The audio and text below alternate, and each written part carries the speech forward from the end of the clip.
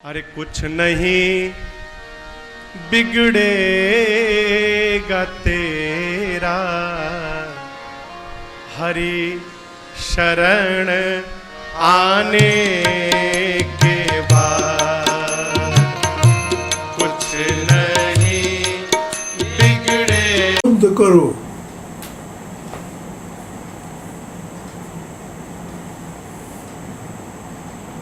युद्ध करना परम धर्म है।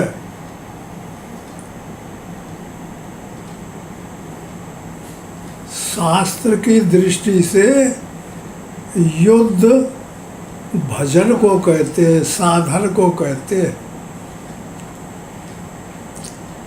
साधक जब साधना करता है, भजन करता है, तो उसको शास्त्र की दृष्टि से युद्ध कहा जाता है। युद्ध में और भजन साधन में कोई अंतर नहीं है। आत्मा एक रस है, अजर अमर है, अकल अलीय अभेद निर्वयव है। आत्मा का अवयव नहीं है। ऊपर देखते हो आकाश कैसा है, परमात्मा ऐसा ही बारीक है।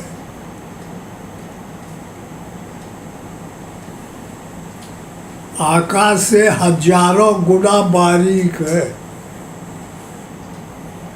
और परमात्मा सर्वत्र है, कण कण में है, हर जगह है और सबसे अलग है।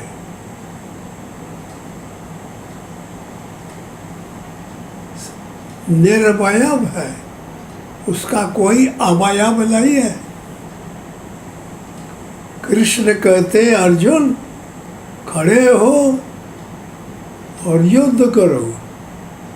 काम क्रोध लोभ मोह मद मत्सर आशा तृष्णा विषय वासना इनका मन से हटाओ। ये माया के योद्धा हैं।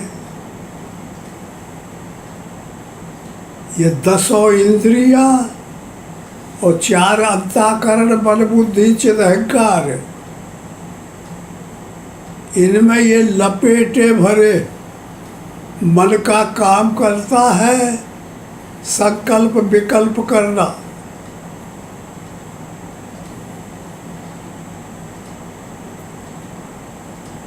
बुद्धि निश्चय करती है, चित्त चिंतन करता है, अहंकार ईगो बनाता है। इंद्रियां भी ये जो बोलती है, कान सुनते हैं, आँख देखती है, हाथ काम करते हैं, पैर चलते हैं। ये सब माया का कर्तव्य है।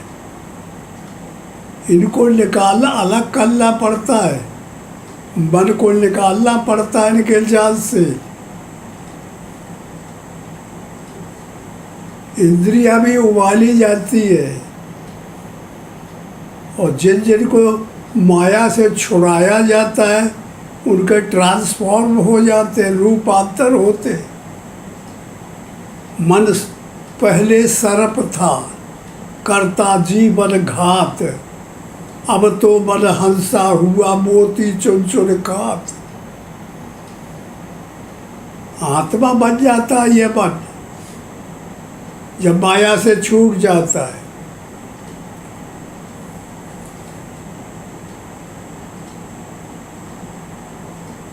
इंद्रियां भी रिद्धि सिद्धि बन जाती है। परमात्मा तो बिनु तन बिनु पद चले सुने बिन काना, कर बिन कर्म करे बिन नाना।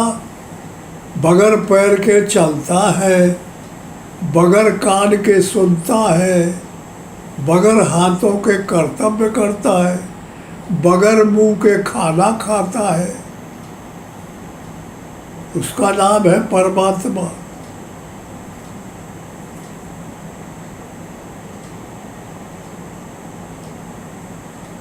माया और भगवान का बीच में पारा बना हुआ है,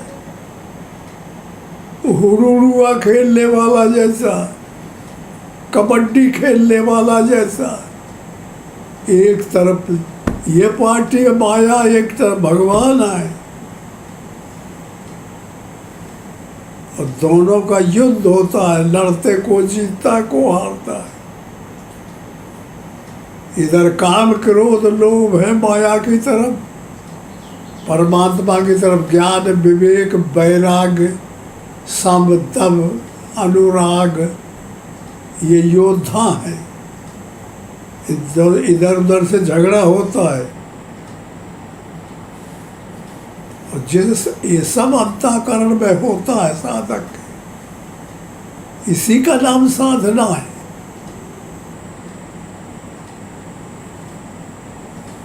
इसी का नाम युद्ध है।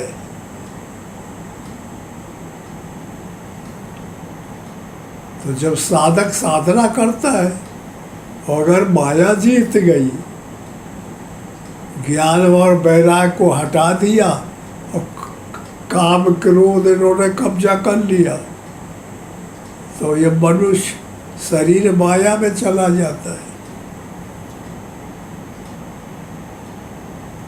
और जो हनुमान वैराग अनुराग धर्म योग विवेक ये जीत गए, तो फिर परमात्मा की तरफ चला जाता है।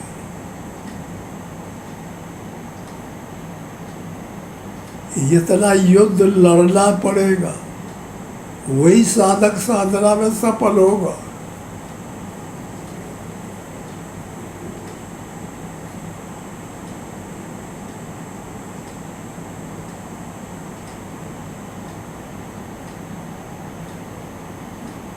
तो इस तरह से ये कर्म निष्काम कर्म करना पड़ेगा। हर मानव को कर्तव्य करते रहना चाहिए। कर्तव्य को नहीं छोड़ना है। ये मनुष्य जीवन क्षण भर भी कभी कर्तव्य से अलग नहीं होता। श्वास चलती रहती है, पल्स चलती रहती है, हाथ हरकत करते रहते हैं, हर समय कर्म होता रहता है।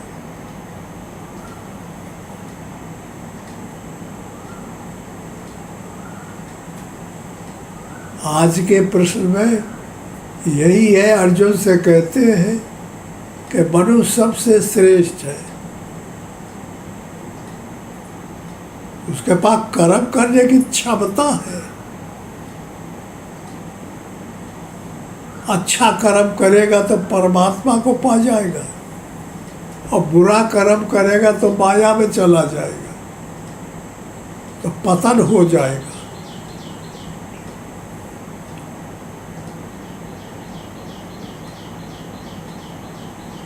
ये मनुष्य कैसे पैदा होता है? तो परमात्मा कहते हैं कि अन्न से पैदा होता है आदमी। और अन्न कहाँ से पैदा होता है? तो वर्षा से पैदा होता है अन्न। और वर्षा कहाँ से पैदा होती है? वर्षा यज्ञ से पैदा होती है। यज्ञ करते हैं, देवताओं का पूजन होता है, तो देवता मिल करके फिर ये काम करते हैं। और यज्ञ कहाँ से होती है? बहिर्मुख कर्मों से होती है, जो देवताओं को समर्पित कर्म किए जाते हैं। और वो कर्म कहाँ से होते हैं? तो वो वेद से होते हैं। और वेद कहाँ से होता है? परमात्मा से होता है। तो हर कण कण में परमात्मा व्याप्त है।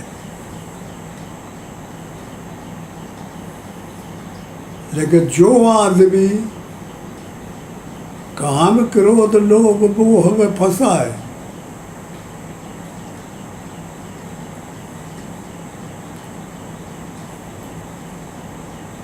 उसको परमात्मा दिखाई नहीं पड़ता।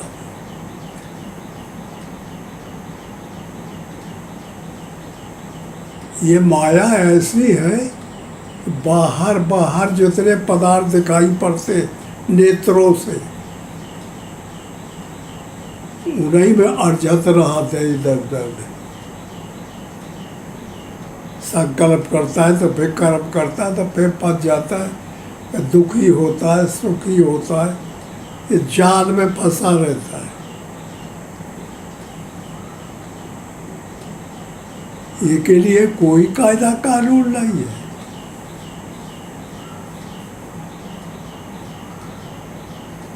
ये तो बड़े भाग्य मानुष तनु पावा, सुर दुर्लभ सदग्रंथ ही गावा। देवताओं को दुर्लभ है ये मानव तन मिलना। मानव तन बहुत महंगा है, क्योंकि ये सबसे मूल्यवान इस तन में कर्तव्य करने को पाया है। मानव के हाथ में है परमात्मा को पाना, और माया के हाथ पर, साधक के हाथ में है माया में गिर जाना। एक हाथ में जहर है तो दूसरे हाथ में अमृत है। इतना उपयोगी यह देह है।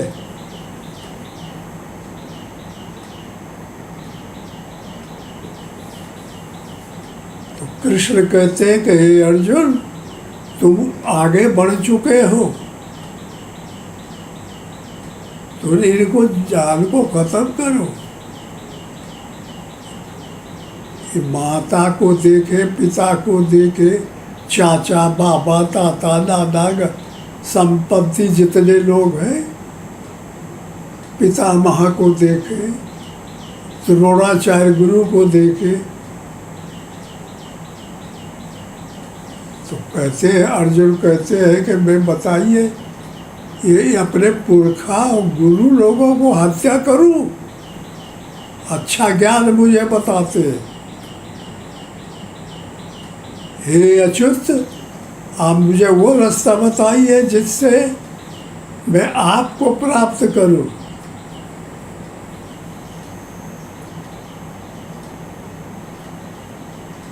तो कृष्ण कहते हैं कि तू बात तो करते हो विद्वानों की जैसी, यही तो मोह है। माता पिता, पिता माँ, आजा परपाजा, भाई, लड़के, पत्नी, परिवार, घर, यही तो आसक्ति का घर है। इसका तो त्याग करना पड़ेगा। क्या तो ये पकड़ेगा जो झूठे पदार्थ है। पेड़ है तो पेड़ कभी रहते नहीं, ये मकान ध्वस्त होगा 100 साल के बाद। आदमी का शरीर 10, 50, 40, 80, 90, 100 में यह भी गिर जाता है। तो कैसे सही माना जाए इसको? आत्मा तो एक रस है, व्यापक है, शुद्ध है, बुद्ध है, अजन्मा, अचेतन, अरूप, अलग, अविनाशी है। उसका तो कभी नाश होता नहीं। उसको अगर प्राप्त करेगा मानव तो परमात्मा में लीन हो जाएगा, आनंद स्वरूप बन जाएगा। मरण, पैदाइश और मरण से रहित हो जाएगा। रोने और हंसने से पिंड छूट जाएगा। दुखी होने और सुखी होने से रास्ता खत्म हो जाएगा। परमात्मा तो हमेशा खुश है, आनंद ही आनंद है, सुख ही सुख है। परमात्मा के पास वो सुख है जो सुख में भी माइक सुख भी नहीं पाता। ये माइक सुख और दुख अलग है, और वो सुख और दुख दोनों से परे सुख है। प्रकृति परे प्रभु सकल उर्वासी, ब्रह्म निरीह बिरज अविनाशी। तो सर्वत्र एक रस है। तो अर्जुन इनको मारो, यही जड़ है, यही मोह है, यही काम है, यही क्रोध है, ये जो सामने है। गुरु बाबा रहे जब तुमको शिक्षा दान करते रहे तब, पिता जब तुमको पैदा किए पाले तब रहे। अब तो ये बंदूक लिए खड़े हैं तेरे सामने, तो ही मारेगा। अब कहाँ गुरु रह गए?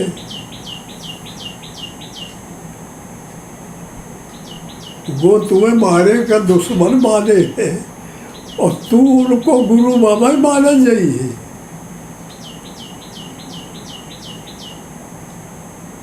मैं बताता क्या हूँ, यह बात पर ध्यान दे। तो इस तरह जब अर्जुन से कहे, तो अर्जुन कहता है कि भगवान मुझे यह बताइए कि मैं कौन रास्ता अपनाऊं। आपके कहने से मैं अज्ञानी हूँ, मूर्ख हूँ, लेकिन अब आपको पाकर के मैं मूर्ख बना रहूं। अब मुझे ये बताइए मैं कौन कैसा कर्म करूं जिससे कि आपको प्राप्त कर लूं। तो कृष्ण कर्म की श्रेष्ठता देते। कर्म प्रधान विश्वर चिराखा, जो जस कलई सो तस फल चाखा। कर्म प्रधान है। अर्जुन कर्म कर, और कर्म परिणाम का त्याग कर। कर्म करो, नौकरी करो, तनख्वाह का ज्ञान लो।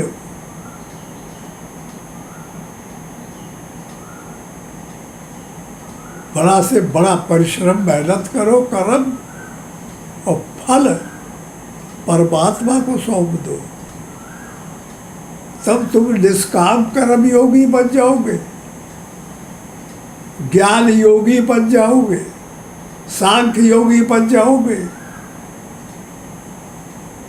कर्तव्य करते रहो और परिणाम का त्याग करते चलो। कर्तव्य के फल का त्याग करो तो वो कर्तव्य निष्क्रिय हो जाएगा।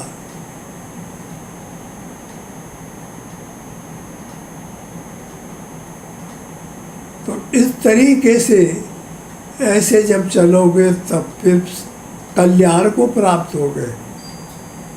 आत्मा परमात्मा का रूप है, परमात्मा, और सबके अंदर परमात्मा का अंश है। हर मानव के अंदर उसको आत्मा कहा जाता है। देखते हैं जब अंदर से कोई बोलता है तभी आत्मा खड़ी हो, शरीर खड़ा होता है, हाथ हलता है, पैर चलते हैं, वाणी बोलती है, आत्मा के आदेश पर। और जब ये आत्मा देखते हैं निकल जाता है तो ये शरीर पड़ा रह जाता है, फिर हलता चलता है, फिर बढ़ जाता है। और जब ये आत्मा आ जाता है तो फिर चलता फिरता चैतन्यता आ गई। इसलिए ये एनर्जी है, ताकत है, शक्ति है। परमात्मा व्यापक है, अकल अनीय अभेद एक रस है, बगैर उसके पाए गुजर नहीं। इसी के लिए मानव को परमात्मा पैदा करते। मानव के अंदर परमात्मा का अंश है आत्मा, तो परमात्मा को जरूरत है अपने अंश की, तो अंश को खींचता है अपनी तरफ, तो मदद करता है, कहते मेरे पास आ जा। और माया खींचती है इस शरीर को कि मेरे तरफ आ जाए। लालच देती है काम, क्रोध, लोभ, मोह में फंसाने के लिए कि फंस के ये आत्मा मेरे पास आ जाए। ये चहचा मचा पड़ा हुआ है, हर एक आदमी के अंदर झगड़ा है, अंतःकरण में युद्ध चल रहा है, अंतःकरण में युद्ध हो रहा है। उसी को कहते हैं भजन। जब ईश्वर उन्मुख हो जाए तो वह युद्ध ही भजन बन जाता है।